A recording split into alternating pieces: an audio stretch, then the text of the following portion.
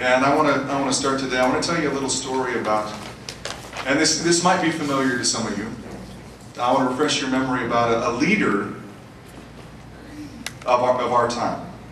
He was a young man when he came to the world stage, and he had that striking je ne sais quoi that allowed him to grasp the podium and to grasp the spotlight with aplomb. He was somebody with eloquence. He was a dapper dresser. He was impeccably dressed, and he just had the ability to garner media attention in a way that was unparalleled for its time. He brought with him some rather revolutionary ideas. At least they seemed that way. They were fairly old concepts, but they were wrapped in a new tinsel that gave them a resonance on the public stage at the time that he began to present them. And the way that he believed that his country should interact with other governments in the world was something that began to stir the ideas and the imaginings of his countrymen. There was an air of excitement when he entered the room. There was a thrill that began to course through some of the members of the media as they recorded and chronicled his achievements and his growing popularity and influence on the world stage. Now, at the time of his advent in world leadership, there was an ideology that was rearing its ugly head, which espoused the elimination of the Jewish race from the planet. It shouted death to Israel. It shouted death to the Jewish nation. And yet this individual felt that the best way to deal with the rise of this destructive ideology was to give these people, those that would like to see the Israeli nation removed from the planet, to give them more land, to give them more territory in exchange for peace. And yet, in espousing that, the media loved him. He was incredibly popular. And just a few years into his arrival on the world stage, just a short time after he arrived, he was awarded the Nobel Peace Prize. Some said preemptively, because it seemed that his course through the annals of world history was going to be so bright, it was going to be like a firework that coursed across the sky. It was inevitable that his greatness would indeed warrant recognition of a Nobel Peace Prize. And of course I'm talking about I'm not talking about Barack Obama. I'm talking about Neville Chamberlain. And the year was 1925. You see, Neville Chamberlain and Barack Obama share the commonality of believing and of winning that hallowed award, and they also share the belief that appeasement is the best way to deal with an enemy that assails the Jewish nation.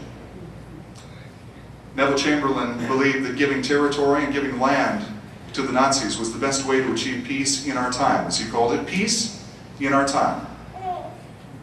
And the legacy for that, ladies and gentlemen, for that philosophy and for advancing that belief was 60 million dead in World War II. And we can ask ourselves now if the same appeasement philosophy and the policy that's being achieved now and that's being broached and continued and advanced by the Barack Obama White House could indeed have a legacy equally as deadly on the world stage. And I say, history has a way of repeating itself regardless of how bloody and horrific the cost. What will be the price of our ignorance? What will be the price of believing and of investing excitement in the same sort of adulatory conceit upon a man who would follow that kind of policy? And yet we see it happening every single day. And who's guilty of helping to advance that cause? Now, I would subject to you, it is the members of the media who worship at his feet. Who can forget the night when a certain cable news anchor had a thrill course up his leg in listening to Barack Obama speak about what he'd like to do to, no, I didn't say do for, I said do to the American nation. That's right. He had a thrill coursing up his leg. And vomit buckets all over America were filled soon thereafter. I want to talk to you about the role that the media plays and the role that you and I play as media consumers in our modern age in maintaining and sustaining our republic. The media plays a crucial role, and we know, ladies and gentlemen, that the only way to sustain an active and responsible republic is to remain informed and to remain intelligent purveyors of the information that's necessary in our government and understanding the concepts and the way that our government is functioning and the way that those above our heads are using information and the policies that they advance. We need to understand it, and we need to be able to be intelligent couriers of that information in order to make intelligent choices when we enter the ballot box. Nothing in our republic can function without the intelligent application and understanding of the concepts that rule above our heads. And I ask you, how well a 10-second soundbite prepares you to deal with the topics and the issues that face our nation today. When we see cable news outlets which substitute 10 seconds worth of sound for news coverage in offering us the information necessary for us to be able to understand and to traffic in the information and the carriage of a responsible republic. I would submit to you that it's impossible. Newspapers in the 1700s and in the 1800s in this country would routinely publish 3 and 4 pages on a single story. They would routinely publish 3 and 4 pages of small type in what was known as the King's English.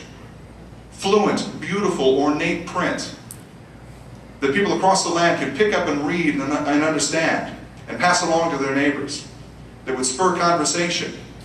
Newspapers with exhaustive, intricate, and detailed coverage of events that gave the populations in those times, I would venture to guess that we might admit that people back then were better informed and had a better understanding of the intricacies of their government than we do today. I'm not arrogant enough to stand here and tell you that I believe that people today are somehow smarter than they were, than the John Hancocks of the world, and the Thomas Jeffersons, and the James Madisons, and the Alexander Hamiltons of their day. I don't believe that. All you have to do is pick up the founding documents and realize the intricacy and the sophistication of the language and the concepts that it deals with to understand, ladies and gentlemen, that we have been outstripped, and thankfully our opponents have been outsmarted, because the founding fathers and their documents are the only thing that are keeping this republic afloat today.